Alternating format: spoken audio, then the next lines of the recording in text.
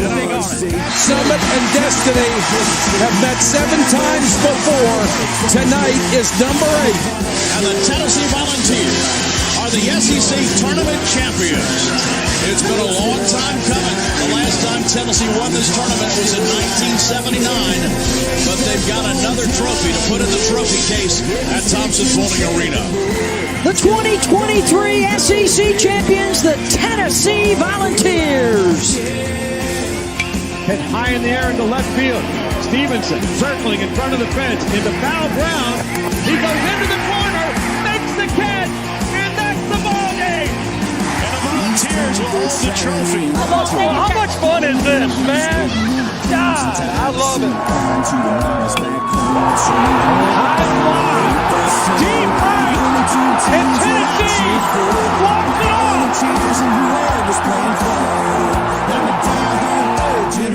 The 2-2 to Denton. Well hit, deep left field, it is gone! For the win for the Volunteers. From 40. On the way, a knuckleball. He got it! How much fun is this? Man, Rocky Top, this is college football at its absolute best. This is college athletics at its absolute best. You know it. We are the number 1 team in college baseball, and we are damn proud of it. Welcome into the show, your boy Skylar, my co-host Michael. How are we doing on this Sunday afternoon? We're doing fantastic. You know, we got the Vols still playing right now, about to lock things up. You texted me a little bit earlier because I went ahead and threw up the thumbnail that the Vols cruised to the Knoxville Regional. You said, man, if we screw this up in the last 2 innings, I'm not coming on the show tonight. I said, yep, that's on me. But no, I think the Vols are going to pull it out. So, Skylar, how you doing tonight, man? Man, we're feeling super. Hey, yeah, absolutely. Man, I tell you what, it's a great weekend. We're gonna get into the games 1, 2, and 3. That's kind of how we're gonna break it up today's show. But before we really get into that, I do want to let you guys know about our presenting sponsor, who is Chris Smith Insurance. As a homeowner, Chris Smith was once let down by an insurance company, so he decided to start one of his own, where instead of feeling like a big company is fighting against you, you'll know that your agent is fighting for you. All insurance is not equal. Trust the Chris Smith Insurance today. Give them a call at 865-272-3387. Michael, before we get into these games, though, Bubba, I kind of want to talk about the SEC's performance so far, what we know, and kind of like the surprising, right? Like, so obviously SEC's been one of the premier conferences, or the premier conference, and has, I mean, I think they put in 11 teams into the tournament. But what do you think about some of these 2-and-dones by Vanderbilt and Alabama?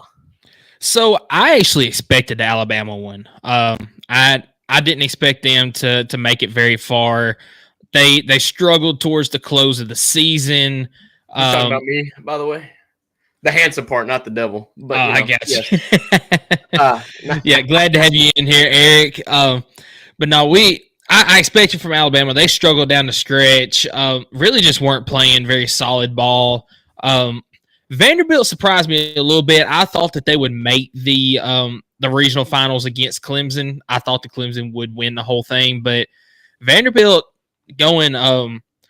Did they go 2-and-done? They went 2-and-done, brother. Yeah, they lost a High Point. That was a little bit shocking. Yeah, they lost a High Point. Bunch of memes out of that. Which deservedly so. I mean, that was completely unexpected, and especially the way they played in the SEC tournament. Man, they really made they didn't really just make themselves look bad. They made the SEC look bad doing that.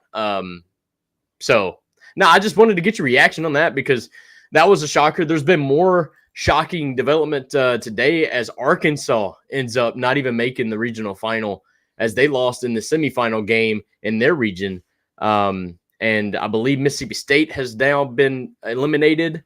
There's been several teams that I really thought Arkansas and Mississippi State were going to not just make the final in the region. I really thought they had a chance to make it to the Supers.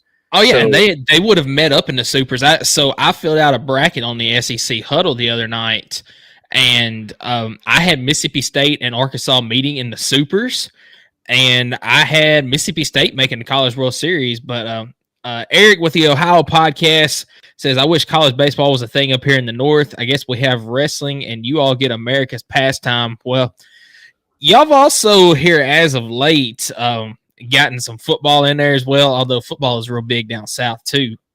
But yeah, baseball, especially in the postseason, and SEC baseball is absolutely so much fun. One of our favorite times of year. Oh, yeah, absolutely. I love it because I know that the moment that the last baseball game is played, we all know what sport's up next, baby. Yeah. So, no, but I just kind of wanted to get your reaction. Florida's still fighting, I believe. Georgia's still fighting. There's some teams out there that are still really trying to earn their spot. LSU is fighting. LSU won 2 games today to force a winner go home tomorrow against North Carolina. And I think LSU's shot. You know, I'm crossing my fingers because I have LSU in the CWS with how hot they played in the SEC tournament, and how hot they played down the stretch. Yeah, I've got them making the CWS. No, absolutely, and I could absolutely see that. I think there's another team that I may be forgetting that we haven't mentioned, but overall, those are kind of the big stories. Texas A&M, Yes. they are up 5-1 right now over Louisiana. And that's the regional championship, right? Yes, and Kentucky is up 5-0 on Indiana State right now for the region championship. Texas, man, out of conference as of right now. Texas went 0-2 in the tournament. They dropped the game to A&M and then dropped their second game, I believe, yesterday. No, they took game 1 against.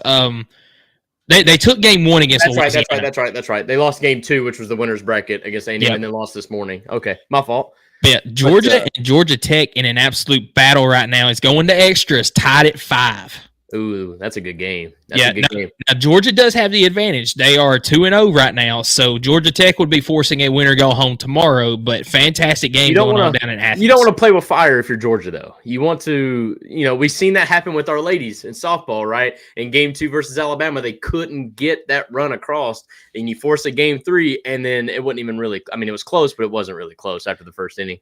And that's my concern about Georgia is, they've got all the bats in the world, but do they have that pitching depth to make a big run here in the postseason? That's a big question mark for me. No, absolutely. But, man, let's go ahead and jump into segment 1. Remind the folks who our segment 1 sponsor is before we talk about this offensive exploding weekend that Tennessee had. Yeah, so our segment 1 sponsor is Optimal Asbestos Services. Your trusted environmental consulting firm in Knoxville, Tennessee, state licensed and insured. We specialize in asbestos air quality management for commercial buildings and homes. Contact Jeff Mole at 865-223-3297 or on the web at optimalasbestosservices.com. We very much appreciate Jeff and Optimal Asbestos Services for being our segment 1 sponsor. And as Skylar said at the beginning, not a lot to talk about, so our 3 segments today are going to be Tennessee's 3 games here in the regionals. So game 1, and I apologize, I do not have the graphics tonight. Just got back from vacation as well as first day training on a new job. So been a long weekend, hadn't had a chance to get all this situated, but Tennessee gets a 9-3 victory on Friday night against Northern Kentucky. What are your thoughts on this game, Skylar? Well, you wanted to know really how we would respond. We just came out of a 5-game SEC tournament week in which we lost the opener and then went on a run in the final 4 games of that thing and got the championship. You're riding the number 1 overall seed. With that comes a lot of expectations, and with that comes a lot of storylines between how you lost against Notre Dame 2 years ago, holding that number 1 seed in the Super Regional. So how would this team respond? And they got punched in the mouth right in the first inning, giving up a home run. And Tennessee responded quite well as they notched a couple home runs of their own. Obviously got a big win, 9-3. AJ Causey, I mean, what more can the kid do? Before I get into all that, is it not crazy how we've watched this team kind of turn into that 22 team? Like we said at the beginning of the year that wasn't going to happen because this team just wasn't built like that. But now here they are. doing what they're doing. This was win number 50, I believe, or 51. I mean, this team is a lot quieter than that 22 team. But I think with that comes a lot more confidence and I think a lot more results, hopefully. Yeah, I think the difference between this team and the 22 team is, that 22 team, there wasn't a whole lot of, I guess, competition, you would say, throughout the regular season. Like pretty much from game one of the conference slate, it was Tennessee, and then there was a slight gap, and then it was everybody else. This Tennessee team this year in 2024, it wasn't until the final weekend of the season that we're like, well, Tennessee can win it all, because even after beating Kentucky 2 out of 3, they were still a game back. It took literally the final day of the regular season for things to work out, and Tennessee ends up being co-champs of the conference, but then won it outright in the SEC tournament. So I think that's the difference in this team and the 2022 team, is there was a little bit more adversity, I guess, you had to overcome than that team saw. I agree with that, because I would say another difference is the pitching. But with that, I mean, technically, I think the pitching is there for Tennessee, but definitely would have been if it wasn't for the injury to A.J. Russell, who is still battling that injury. So you kind of had to shuffle some things around, and thus the pitching's not been as dominant. And I'll be honest with you, I'll be the first one to say it, and we'll get into it in game 2, but Drew Beam's just not been that effective. He's been good enough to get you some outs, don't get me wrong. But every now and again, he'll have an inning where he just can't put the team away. So, what is probably your highest, pitching draft prospect is actually out of the starting 3, or I'm not going to say starting 3 because AJ Causey's not a starter, but we all know that he's the main guy on the Friday night game. But, Xander Sechrist, even he's showing a lot of guts, man. And so you kind of got Drew Beam, who was the number 1 and could arguably be the number 3 in this, but I wouldn't necessarily say that, because I still think that he's your most reliable guy of all of them. Yeah, I agree. But I just think as far as the stuff goes, he's just not been as effective lately. But as far as the guy throwing strikes, he is definitely your guy. But back to the game, man. 9-3. Who was going to step up, right? And you sent me a message. And what about Dean Curley? Dean Curley had 8 home runs going into the weekend. Hasn't really hit a home run in quite some time. Not this. This the next game that he hit this. Oh, he hit I that apologize. home run. Yeah. I apologize. I'm misreading. It was Billy Amick that homered. I'm so sorry. But what about Billy Amick, man? Yeah. 0 for 17 in the SEC tournament until the championship game against LSU. And absolutely, Tennessee football 247. Definitely great to be a Tennessee Vol. 0 for 17 going into that championship game against LSU, hits a 3-run home run in that game. Yeah. Then on this game right here on Friday night, he hits another 3-run home run. His only hit of the game. He did walk he walked one time. And then yesterday, hit a grand slam. Mm-hmm. And he didn't hit one today, did he? He did not. But still, 3 home runs in 3 games. After what a way going to come 0 out of for a slump. 17. Yeah, I was going to say, after overcoming an 0 for 17 start to the SEC championship tournament, SEC tournament, major guts right there. Billy Amick, but a lot of time, I mean, this game right here was kind of a close battle. And then Hunter Inslee gets a big home run in the 7th, and then followed that by Dylan Dreiling 2-run shot in the 8th that scored Billy Amick to really kind of put this game away. I got to give it to Northern Kentucky. They came out fighting. This is a team that, I mean, barely got in. They were literally the last team in. But this was their very first postseason appearance. And then, you mentioned it, hit us right in the mouth to start. Very first batter, I think the 3rd pitch, solo home run over the scoreboard in right center field. Yeah.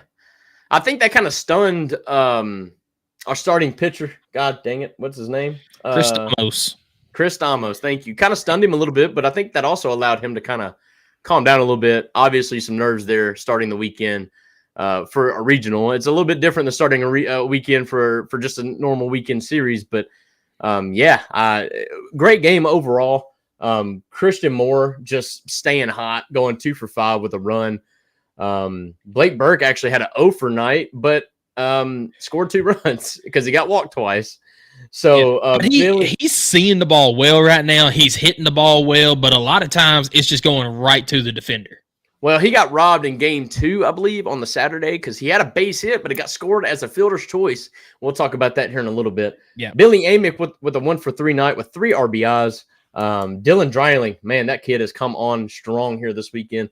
3 for 5 day with a run and a home run, I believe. Hunter Inslee, a 1 for 4 day with a home run as well. Kavaris Tears, a 1 for 2 day.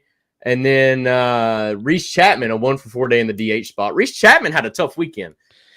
He did. Yeah, a pretty tough weekend, but like I said, for the most part, everybody came around. Really good start to the weekend. As like I mentioned, man, a lot of SEC teams couldn't get that game 1 win this weekend, unfortunately. Yeah, and I don't want to leave this out either. Kirby Cannell coming in at the end of the game. AJ Causey, when he was in there, I think the batter was Traven Moss. Got on base.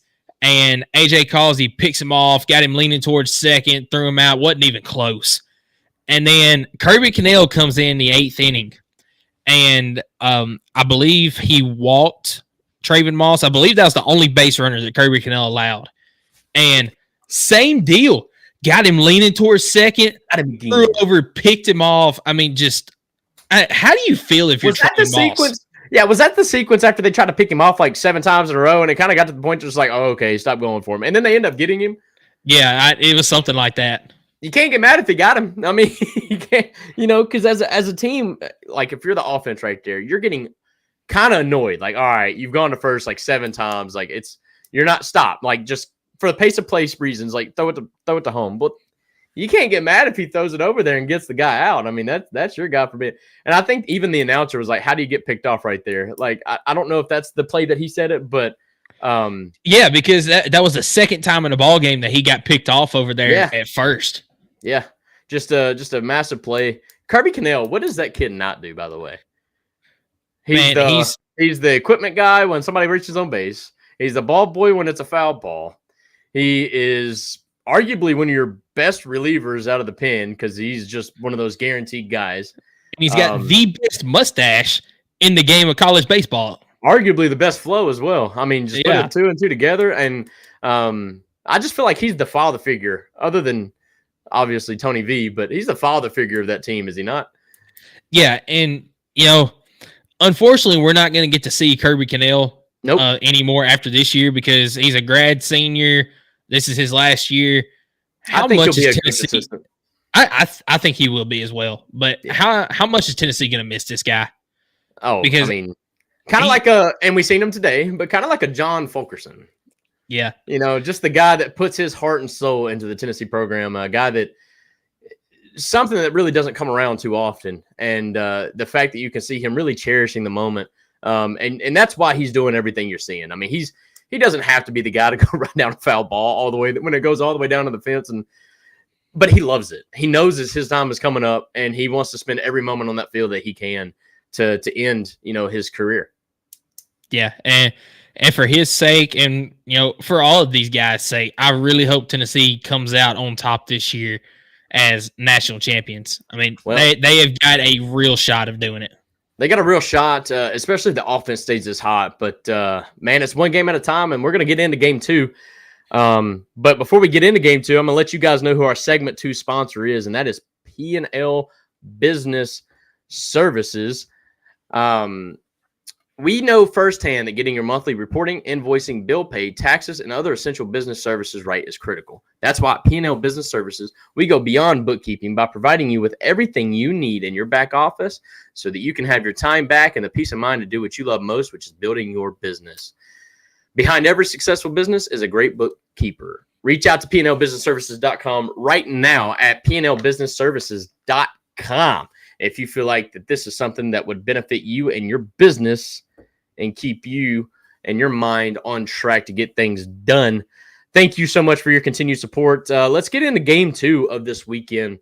A big game, as it was the winner's bracket game, kind of arguably one of the most important games of the weekend, as Tennessee squares off against Indiana. And what can I say? It was another game, another bunch of home runs. Yeah, it was a bunch of home runs in this one, as Christian Moore went yard, Billy Amick went yard, Dean Curley went yard, and so did Cal Stark. And this is where it gets into what you were talking about earlier. Yeah, so I got ahead of myself. I'm sorry. Yeah, so I was actually at my my in-laws. We're watching the game up there, and Dean Curley came with the bat, and I just said out loud, man, he is due a home run. He got so hot to start the year, had the 3 home run game back earlier against Kansas State, but he's been stuck on 9 home runs for a long time. And wouldn't you know it, like 3 pitches later, Dean Curley over the fence. Yeah. I'll tell you what, one, and this is getting ahead of myself again, but man, just the bottom of the lineup showing up and showing out this weekend. I mean, you mentioned Dean Curley. They got the scoring started with a 2-run shot, and then you had Christian Moore doing just everything. His 29th of the season, as he hits another 2-run shot in the same inning to go up 4-0. Let me tell you this. Something that I kind of harped on all year, especially at the beginning of the year, is, man, I was so infuriated that we couldn't capitalize on poor pitching. And not home runs. I'm talking like whenever somebody gets walked, it seemed like for us, if we got a walk, right, got a free bag, it was impossible for us to score that guy for whatever reason. It was. But this weekend, man, the complete opposite. We made every pitcher pay for every mistake they made. Every walk, in poor old Indiana, man, they had a ton of walks in this one. But we made them pay for that. Yeah, I think it was 11 walks that Indiana had in this game. You can't do that. You can't do that against an average offensive team. You definitely can't do it against a team that the moment you walk one and the next batter hits a home run, and that happened twice, I think, in that inning, if I'm not mistaken. Just can't do it. And they walked the bases loaded. And guess what happened? Billy Amick. I am right on this, right? Yes. Yeah, in the 3rd inning. Billy Amick, bases juiced. Welcome to the show, big fella. Can't do it. Just can't walk bases loaded. Can't walk people, period, at this type. I mean, one, you're playing the number 1 team in the nation. You're going to have to play a dang perfect game to beat these guys. It was over the 2nd inning against the Hoosiers. It was. Once they got up 9-0, you knew. But now, credit to the Hoosiers, they didn't quit, right? They still made a game out of it. I mean, I think the total score was 12-6, but no, they can't walk so many people. You can't make errors, and unfortunately for Indiana, and fortunately for our boys, it's exactly what they did. They almost made it easy on us, because at that point, you're not needing to get that base hit. You're not needing to move a runner or anything like that. You don't have to necessarily do a job because they're walking so many people. At that point, you're just looking for your pitch, and that's exactly what our boys did, and that's why you've seen so many home runs in that game. Yeah, and going over to the pitching side of it, you mentioned Drew Beam earlier, how there's been times he hadn't had his best stuff this year, and you're right. The first 2 innings of this game, though, he was struck out. What did he set down the first 7 batters he faced? I believe, was it not? Yeah, I know for sure the first 6. I think you're right. The first 7 going into that 3rd inning, but yeah, he might. Yeah. Then the rails kind of fell off a little bit. He wasn't as sharp, but I also got to. I got to throw this in there because just like I do, having played the game and being a pitcher, that when your offense, as great as it is to score a bunch of runs like that, but when you're having to sit there for 20 minutes, 30 minutes, something like that, it takes its toll on there, because when you're out there, say your offense gets a run or 2, but it's still a quick inning, your arm's still warm, you're still in the flow of the game. But when you're sitting there on a bench for 20, 30 minutes at a time, and the 2nd and 3rd inning lasted at least 30 minutes apiece. Oh, yeah. So when that happens and you got to go back out there, you got to get back in the rhythm of it. And Drew Beam just couldn't quite find that rhythm like he had in the first 2 innings. Yeah, it's a hard ask. It's also, pitching breeds pitching, just like batting breeds batting, or hits breeds hits, however you want to say that. At that point, when it's 9-0 and you've had that long rest, it's no longer a pitcher's duel either. So like you almost relax a little bit. You almost don't feel like you have to strike out every batter. And to that point, you start kind of missing your spot. I know a lot of times Cal Stark would have the glove on the outside corner or something, and he'd miss a little high or a little inside. And you can kind of see Cal Stark pointing like, hey, I wanted that pitch over here. And, stuff like that. But, I mean, look, I'm not going to sit here and harp on Drew Bream. He did a job, and he did it great. His offense made it a lot easier. But for Drew Beam, definitely want to see him be dominant, but I'm okay with it not being in this game because he didn't need it this game. Maybe in the Super Bowl, we're going to need it. And so I'd love to see it. I love to see it. I know he's got it in him. That's why he's going to be one of the top picks in the draft as a pitcher. Definitely one of those games and a game in which every starting batter got a hit. The DH, unfortunately, we talked about it. Reese Chapman just didn't have a good weekend, but Christian Moore, a 2-for-4 day with the 2 runs. He had a home run, 3 RBI. Blake Burke, a 2-for-6 night. He was actually 3 for 6 because, that fielder's choice. Yeah, that fielder choice is weird. But as explained by the commentators who did a pretty good job of it, because I was confused. I'm like, how in the world is that not a hit? But because there was a force out at second base, even though he drilled it all the way down, he honestly hit it too hard. Yeah. The outfielder was able to literally one hop it, shoot it to second, get the guy out on a forced play, which is a fielder's choice. So, but let's tell the folks why it came to that, because Christian Moore on first, he had to freeze on that line drive because we didn't know, and he didn't either, if it was going to be caught, if it was going to drop in for a hit. So he had to freeze there. And by the time he realized that it was dropping, it was too late. The guy had gathered it up off that one bounce, threw it into second. I mean, nothing you could do about that. Christian Moore played it exactly the way that he needed to. It's just an unfortunate turn of events. Now, to be honest with you, even though he froze for a split second, he still read it very well. Yeah. I'm just telling you, that ball was roped about 115 mile an hour off the bat. There's only so much you can do, brother. I mean, turf field, that ball doesn't slow down on a bounce either. So, I mean, it's unfortunate, but yeah, I mean, Burke ends up being a 2-for-6 technically. Billy Amick, a 1-for-3 with 4 RBI off that grand slam home run. Dylan Dreiling staying hot, man, 2-for-4. Hunter Inslee, a 2-for-4 night with 2 runs. Kavars Tears, a 1-for-4 night with a run. Dean Curley, 2-for-6 with that home run. Reese Chapman, unfortunately, 0-for-5 night, and ultimately is what caused him to slip out of the lineup here in Game 3 today.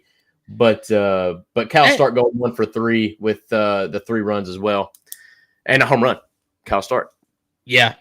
Cal Stark is hitting really well right now. But what a story that kid is. Yeah, but going back to Reese Chapman for a minute, Reese Chapman is a very good batter. He's going to do some good things for Tennessee. But the thing right now is he doesn't read a lot of pitches well, which that's going to come with experience. But when he gets cold from the plate. Yeah. But I was vouching for him in the SEC tournament. I mean, because they took him out after he hit a home run, and I think he went 2-for-4 in one of the games, including that home run, and then he didn't get to bat the next game. And I'm like, what are we doing? Like, the kid's hot. Put him in. Yeah. But obviously they were going to go with him this weekend until he, I think, went a total of 1 of 9. But that 0-for-5 day, I think, was like 5 strikeouts. I mean, kid just was not seeing the ball. 4 strikeouts. 4 strikeouts. Yeah, just wasn't seeing the ball. Was kind of caught leaning a lot, just guessing. It's unfortunate, especially when the rest of the team was just, I mean, they couldn't miss the ball really.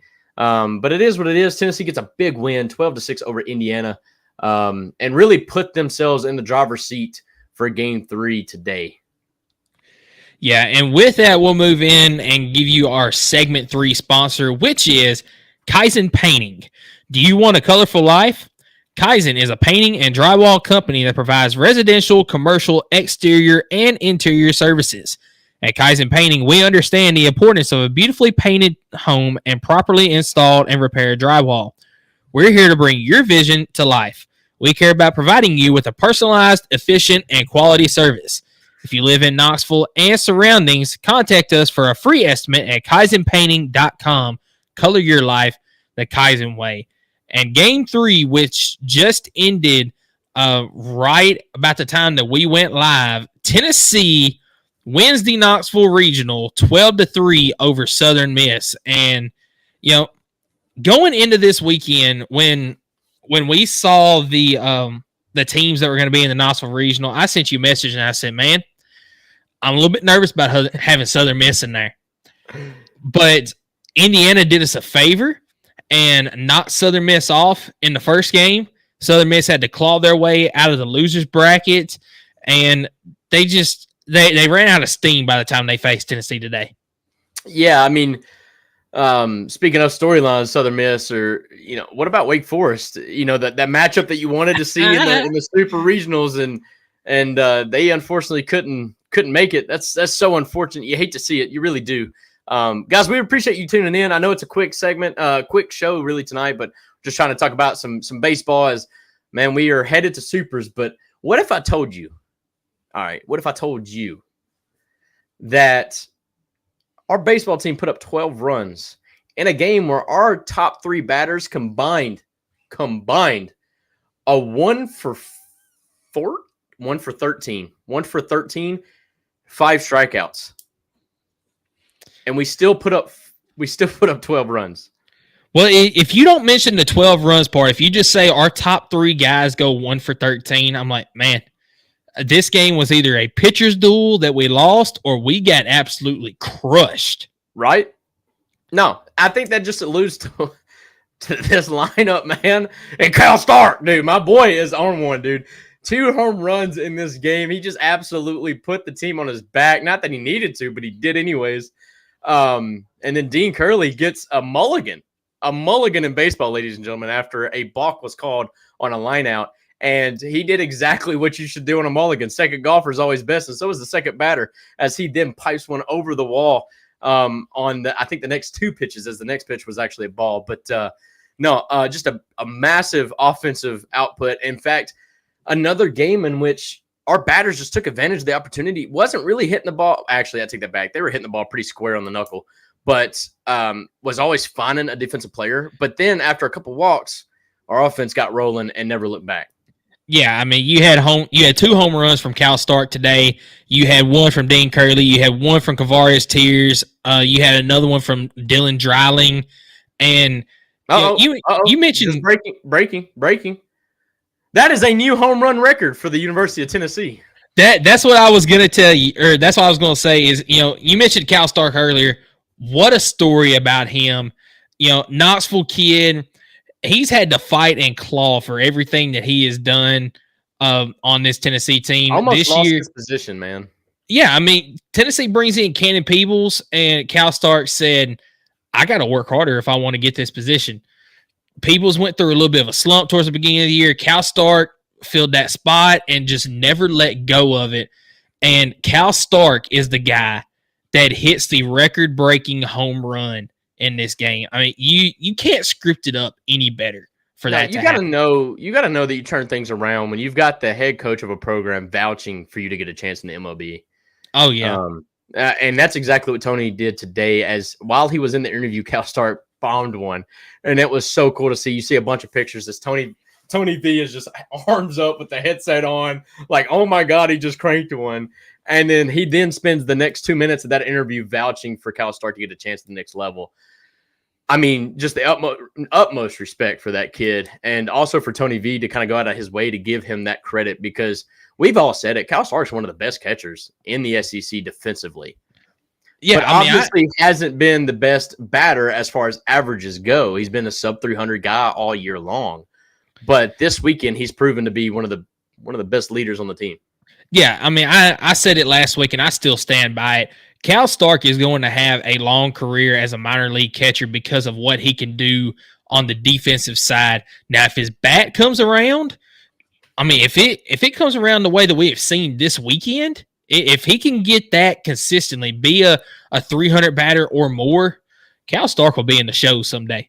I'm not saying he's going to be an everyday catcher, but if that offense comes around, I mean, look at a guy that he was compared to after that play against LSU where he throws out the runner at first, Yadier Molina. You saw Yadier Molina in the pros all the time, back-picking guys at first, back-picking guys at third. I mean, the St. Louis Cardinals had like a ton less people have stolen bases just because Yadier was so good at throwing down and picking people off at second as well. But his bat didn't come around until late in his MLB career. So if Cal Stark can have his bat come around, I think he's going to be a catcher on a major league team at some point. But he's for sure going to be a minor league guy for a long time just because of his defense. No, absolutely. And I hope he's going to take advantage of the opportunity, but also his game IQ is what I think lifts his, if he had a draft stock, that's what's got to be at the top, right? His knowledge of the game, knowing what pitches to throw. Cause I have it 100% in my mind. I'm thinking Cal Stark's calling those pitches. I don't think Tony and Frank Anderson are really controlling the pitch. I think they have that much trust in Cal to make those calls. And they've been open about that in the interviews that, hey, Cal calls those pitches. And that's why you see the pitcher sometimes shake off, but a lot of times you'll see Cal call the same pitch twice. Yeah. Because he knows this is the pitch. Yeah, because he knows what he wants to throw in what moment. And he also knows his pitchers so well. I think that's another thing in the game that you don't really take appreciation of is how well the relationship is between catcher and pitcher. And how well the relationship is between Cal and those pitchers, and for him to know their game.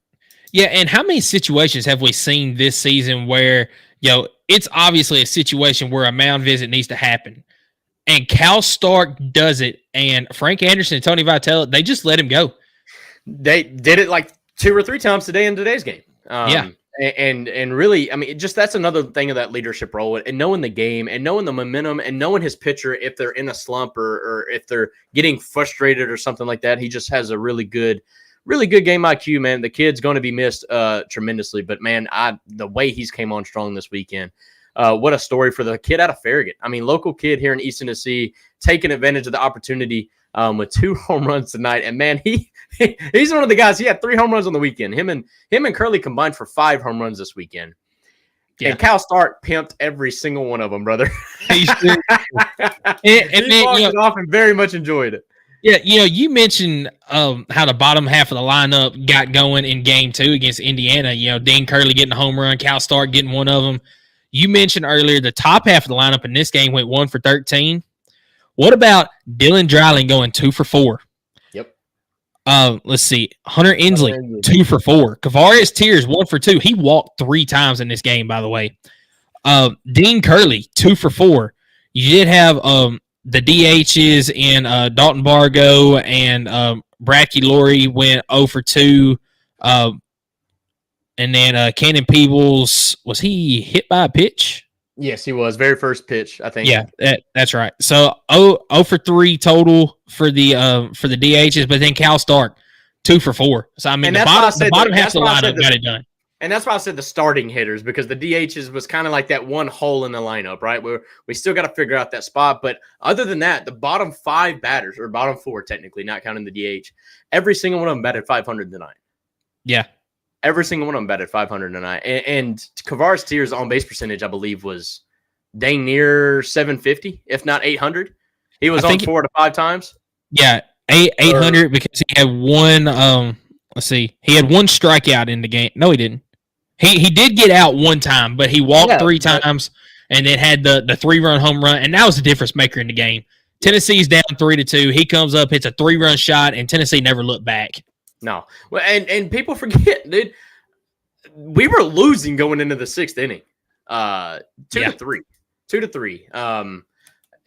Not much longer after that did we change the outcome of that game. Now, one thing that does kind of tick me off a little bit, all right, if I can go off on a tangent here. Go for it. Why in the world are we the number 1 overall team, hosting our region, playing in the winner's bracket, and yet we are the away team 2 of the 3 games? How does that make sense, brother? In what world does that make sense? All right, so I can answer you for the first 2 games because Tennessee, of course, being the number 1 overall seed, you're going to be the home team in that first game because you're the 1 playing the 4. They have always done the winner's bracket where the number 1 seed, if they win, they're going to be the visiting team. Kind of flip it up a little bit. 100% disagree. I'm not saying that I disagree with it. That's just the way that they've done it. Now, the only thing that I can think of, the reason Tennessee was a visiting team today, is they might have gotten the choice. Do you want to be the visiting team today? Or if it goes today, if necessary, do you want to be the visiting team in that one? That's the only thing I can think of. Other than that, I don't know why Tennessee was the visiting team today. Look, if you're a team that fights and competes all year long for a host, you should not be punished for that. And especially if you win your first game, you shouldn't be punished for that. Look, if a team wants to be the home team in a regional, do better in the season. Like, I don't understand how a team can come out of the losers bracket and be the home team.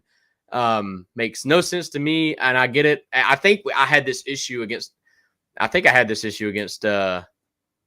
was it Notre Dame in the Supers that we were the away team like 2 of the 3 games as well, and that was a super regional matchup. I can't remember, but I can't. It was one of those things where it just bugs me, dude. Like, we're the home team, and yet more games that 2 of the 3 games of the weekend, we were the away team, even though we hosted. That just doesn't make sense to me. It doesn't sit right with me. But either way, is what it is. That was my tangent. Other than that, boys took care of business. We are supers bound, still waiting on who we play, as there's been some drama in the East Carolina regional. East Carolina did fight back. They came through the losers bracket, who is the 16th seed, by the way. And they beat VCU to send it to a game 2 overall, or the championship game tomorrow. No, that was the loser bracket game this morning. They beat Evansville for the. Oh yeah. My fault. Yeah, they beat Evansville for the winner go home game tomorrow. It's hard to remember all this, dude. I didn't write all this down. What about Evansville, man? The number 4 seed in the East Carolina regional came out in the winners bracket. Yeah, knocks off East Carolina in game 1. Knocks off VCU in the winners bracket game, who knocked off Wake Forest in game 1, to make it to the regional championship game. Excuse me, having only played 2 games. East Carolina comes out of the losers bracket. They do beat them today, but Evansville still got a chance tomorrow.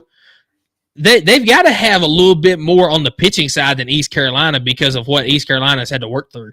Hey, selfishly and respectfully, I'm pulling for Evansville. I mean, give me the 4 seed out of you telling me we have a chance as a number 1 overall seed to go into super regionals against a 4 seed of another region? Yeah. Respectfully, I am pulling for Evansville. I mean, you couldn't ask for a better matchup if you're Tennessee to get yourself into the College World Series. Yeah, because East Carolina also has a history of being a very good baseball program. Yeah. I mean, just a feisty program. I mean, I would rather not face East Carolina. I mean, 100%. Yeah, I agree. But before we log off here tonight, I do want to talk about the pitching here in Game 3 because we didn't mention it. So Xander Sechrist, of course, gets to start again. He goes 4 2/3, man. He, and you mentioned, had a lot of guts. I mean, was it the 3rd inning or the 4th inning? He took a 109-mile-an-hour line drive off the leg. Of course, he was on the ground for a little bit, but then he popped up. He threw 1 warm-up pitch. He said, "I'm good," and then turns around and strikes out the very next batter. Yeah, just insane. And in an outing in which he didn't give up a single earned run. Pitched 4 2/3, giving up 4 hits. He did give up 3 runs, but none of them earned. He did walk 3 batters, struck out 3 batters. Out of 21 batters faced. And I think the 2 errors by Tennessee also happened at some point while he was in the game, and that's also what caused the unearned. It was the Billy Amick error at 3rd base where he kind of fumbled the ball, and then it was the Blake Burke on the ground ball on 1st and 2nd. Blake Burke tries to get the double play ball and ends up hitting the batter. Yes. So look, I do remember some things, guys. I'm not that crazy. But in a play where Blake Burke would have gotten the out right there and then made it 2 outs with a guy on 2nd and 3rd, could have had a chance to get out of the inning scotch-free. But instead, I like the confidence by Blake Burke trying to go for the double play there. Just unfortunate that hits the guy in the back. Runner scores. It goes down as an error, right? And an E3. And then, he still gets around it. I mean, that's the thing that I think I really appreciate the most is the fact that even when things got a little sideways, got some base runners on base pass, he was able to pitch around it and not really give up any crooked numbers. Yeah, and, Nate Snead coming in for Xander Sechrist to finish things off. I kind of think Nate Snead is one of those guys like A.J. Causey that he is better coming out of the pen than he is starting. I agree with that. Well, and we found that out in the SEC tournament, right? Because he started against Vanderbilt in game 1 and just wasn't. Gave up 5 runs in the first few innings. Yeah, Vanderbilt teed him up. I mean, and which is crazy because Nate Snead is a guy that's got some gas. Yeah. And he's got a 6 slider. I mean, he's got some filthy stuff, but I think maybe it's a mental thing where just coming out of the bullpen, he's a little bit more confident. And I didn't realize this, but we didn't use a single other person. I mean, they combined 4 2/3 and 4 1/3, and they pitched a complete game. I'm not going to say, they pitched a complete game. It was 0 earned runs between the two of them. So, I mean, it's almost a shutout, but whatever. That's pretty good. That's pretty good. Nate Snead. I mean, and that's what we need going into the, supers. Yeah, absolutely. But, I mean, it is a different mindset coming out of the pen than it is if you're a starter. And, AJ Causey, that was one of the conversations that him and Tony Vitello had, and I'm guessing that Frank Anderson did too because he is the pitching coach. He said, I just don't feel comfortable in that starting role. I've got my routine, and that's a lot of what pitching is. You get in a routine, you get comfortable with that, and that's what gives you that confidence out there is that routine that you get in. And a lot of these guys that come out of the bullpen, they have their routine out there. They stick to it. And even, as we saw in game 1, Chris Stamos only pitched a third of an inning. He only got 1 out in the ball game. And AJ Causey comes in, throws 6 2/3. And you probably got outsiders like, well, why isn't he the one starting? It's because he feels comfortable coming out of the bullpen, but he's got starter type stuff when he gets out there. Yeah. But great weekend. Couldn't script this up any better if you're a Tennessee fan, as Tennessee really didn't put a lot of stress into this weekend. They went in there, took care of business, a 9-3 win over Northern Kentucky, 12-6 win over Indiana, and then a 12-3 win over Southern Mississippi. Just an overall complete weekend, a lot of offense, really good defense. What about the play? We didn't talk about this. What about the double play in the 8th or 9th inning? I think it was 8th inning. It was the 8th inning. Christian Moore going Jeter, full on Jeter mode, getting the double play, and then the scoop by Blake Burke. Okay, MLB scouts. If you still had questions about Christian Moore as far as position on defense, because we all know he can hit the ball. I mean, dude has hit 20 bunnies in the home first runs this inning. year. Yeah, and then he got bunnies on the first inning on that line drive ball. I mean, played some great defense. If you have got any questions about his defense, they are answered after today's game. I mean, he's in the right place at the right time. He's making plays. He can do it all. I mean, if he is not a first-round draft pick in the MLB draft, was in July or later this month, something like that, I'm going to go off on a tangent on this show. Overall, or over-under. All right, I like doing these over-unders. I'm starting to do them on TikTok, and dude, I nailed it on game 1. I said over-under 7.5 runs, over-under 3.5 home runs. It was 3 home runs and 9 runs. I was like, hey, dude, I was all over it. Yeah. But look, over-under.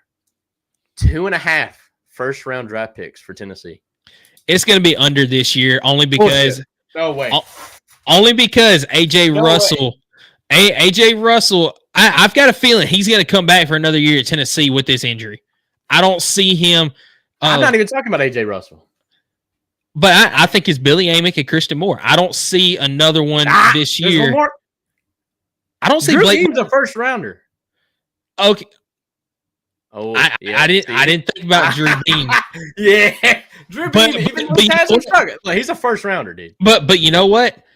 I wonder if his draft stock doesn't take a little bit of a hit just because he hasn't been as dominant this year as he was his freshman and sophomore year. Kid still pitches in the mid to upper 90s, and he's a starter. There's no way his draft stock falls. They can work with that. Look, I think there's a real shot Tennessee could have 3 first-round draft picks in an MLB draft, which is a lot harder to do than it is in football. Let me tell you. And you know what? I'm going to stay at my under there to give a little bit of difference here. I think Drew Beam is an early second rounder. Okay, but do you agree with my over-under number then? I think that is the perfect number. Because I think without a doubt, Billy Amick and Christian Moore are first-round picks. Okay. It's just, where's that third guy? Who is that third guy? It's got to be Drew Beam, bro. Come on. All right. Yeah. Anyways, it's been a fun show. Do you want to wrap this thing up the right way? Yeah. Let me real quick before we wrap it up, tell who all has locked their spots in the Super Regional. Attaboy Kentucky, attaboy Tennessee. Good job. Way to do your job. Kentucky is about to. It's 5-0 going in the bottom of the ninth, so hadn't done it yet, but they're about to. Shout out to the first and second overall teams. Kentucky, good job, but you're still number 2, unfortunately. Good job. So Georgia has locked up their spot. They won 8-6 in the 10 innings. Georgia. Of course, Tennessee has. Shout out SEC East. Holy crap. Tennessee, Kentucky, and Georgia. West has been dominating as of late, but man, this year it's the East. Absolutely, dude. Yeah. I mean, Arkansas going down was a big blow to the West, but A&M's trying to carry. A&M's trying to carry the water there for them as they I believe they moved on, or they're about to move on. Hopefully, they forced the.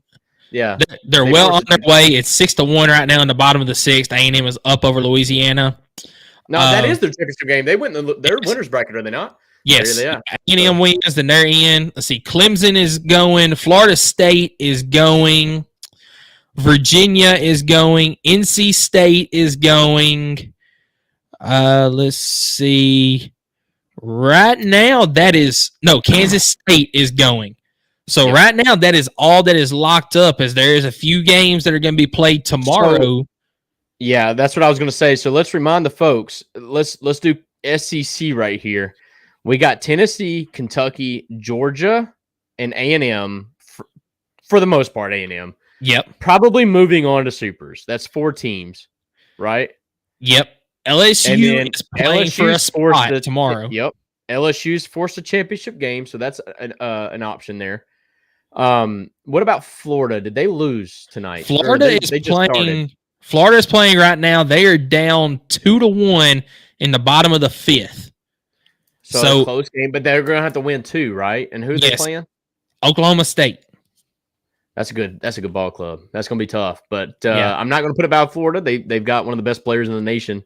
So hopefully he can get hot and get high. I mean, he hit a blistering ball. I think it's going to end up changing some of the bats, unfortunately, as he piped one about 119 mile an hour off the bat, which is just a little bit too high for the college game. But no, I wouldn't put it past him. So we got Florida, and then who else has still got a chance? Well, South Carolina's out. Is that 6 right there that has a chance? Yes. All right, so South Carolina is out. Arkansas is out. Vanderbilt is out. Alabama is out. And Mississippi State is out. So that's all of them. Five SEC teams are out. 4 are for sure in. 2 still playing for their spot. Dude, I got to be honest. That's a massive letdown for the SEC. Oh, yeah. That is a massive. I mean, you were going into regional weekend thinking that there's no way you don't get 4 teams into the College World Series. There's no way you don't get 4 teams in, right? And now you're looking at it and you're hoping that you get 3 or 4 teams in, because you're looking at right now. I mean, there's a real good chance that only 4 teams out of the 11 advance to Supers. And man, is that not a good look for the SEC? It really isn't. Yeah, it's not, but you do have the top 3 teams out of the SEC are still in. Unfortunately, Arkansas, being that 4th highest SEC team, got beat. But I will say, Mississippi State, I had them going to the Supers, but Virginia, a very good ball club, has a history in college baseball, well deserved from them. South Carolina they had the walk-off win in game 1 and then just couldn't pull out the game against NC State, and then today dropped it to James Madison. Of course, we already talked about Alabama and Vanderbilt going 2 and done, but Arkansas, the real stunner. I mean, I didn't even realize that they had lost yesterday.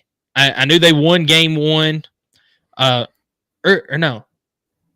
Yes, they won game 1, but yeah, I didn't realize they lost yesterday, and then Southeast Missouri State beat them 6-3 today. Yep, it's definitely unfortunate, but that's why I really appreciate how Tennessee handled business this weekend. Didn't really make a fan sweat at all, which is, hey, count it up, because usually Tennessee always makes it hard for some reason, but this weekend not so much. But no, and hey, really good.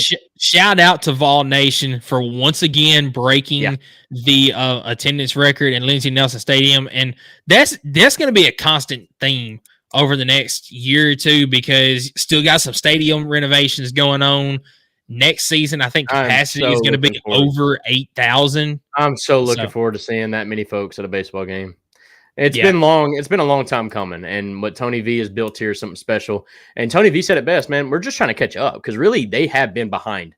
I mean, having only 3 to 4 to maybe even 5,000, but really they've not been able to have 5,000 out of field. That's not a good attendance. Even if you pack that thing out, right? It's still not a lot of people there.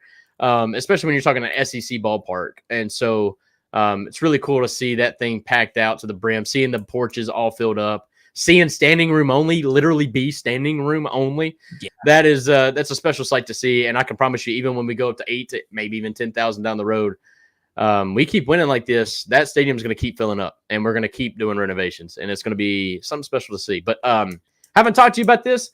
Next weekend is going to be fun, as we're going to be talking about super regionals. Hopefully we're coming out on the right side of things, and hopefully it's only a 2-game stretch that we have to talk about. But also, folks, stay tuned because we're getting closer to football season, and I have a football topic that I'd like to talk about next week, and I think it's going to be a fun one, maybe a little controversial. So I haven't talked to you about it, but we will be doing that off air. Well, yeah, I was going to say, do you want to give the folks a little teaser of what the topic might be? Absolutely. Me a little teaser? Absolutely. We're going to talk about hot seats in the SEC. I love it. I love it.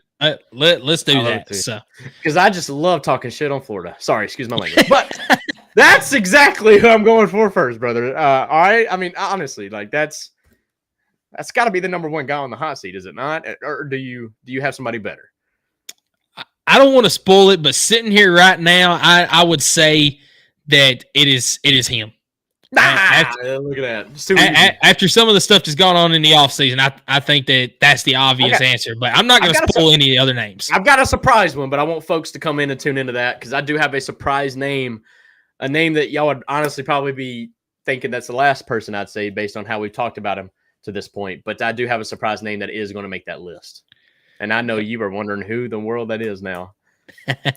Well, I'll have my list next week for you too. So yeah, stay tuned for that, guys. But appreciate you tuning in tonight. Sorry it was a late one, but we are going to have a few later ones because of baseball season. And throughout the summer, we're going to be doing some things with family.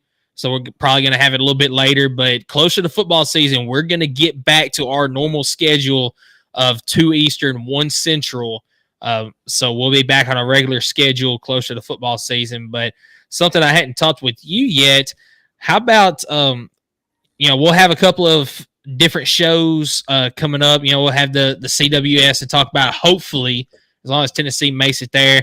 But you better watch your mouth, brother. But towards the end of June and then the month of July, what about we start talking about position groups for Tennessee football? I love it. I mean, each position and that's kind of what I'm trying to. I mean, we're starting to kick back into the football things. I love baseball, and I'm going to keep riding this high as far as we can because we are having a special season like we knew we were going to have. But we're within 100 days of the football season. Yeah, and folks listening, if you have a topic that you want us to touch on a little bit during the summer, let us know. Yeah, drop us a comment, send us a message. Whatever, we'll see about hitting on that topic. So yeah, and very much appreciate the folks tuning in via Facebook, YouTube, Twitter.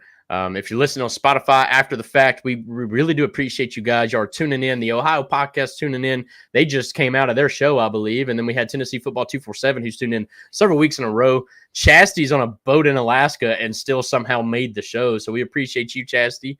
We really do appreciate it. Thank you guys so much. We'll stay tuned and really excited to start talking about football again here in a couple weeks. Yeah, absolutely. So from Skylar and myself, go Big Orange. I'm a ball for life, y'all. I bleed orange and white, y'all. I will till I die, y'all.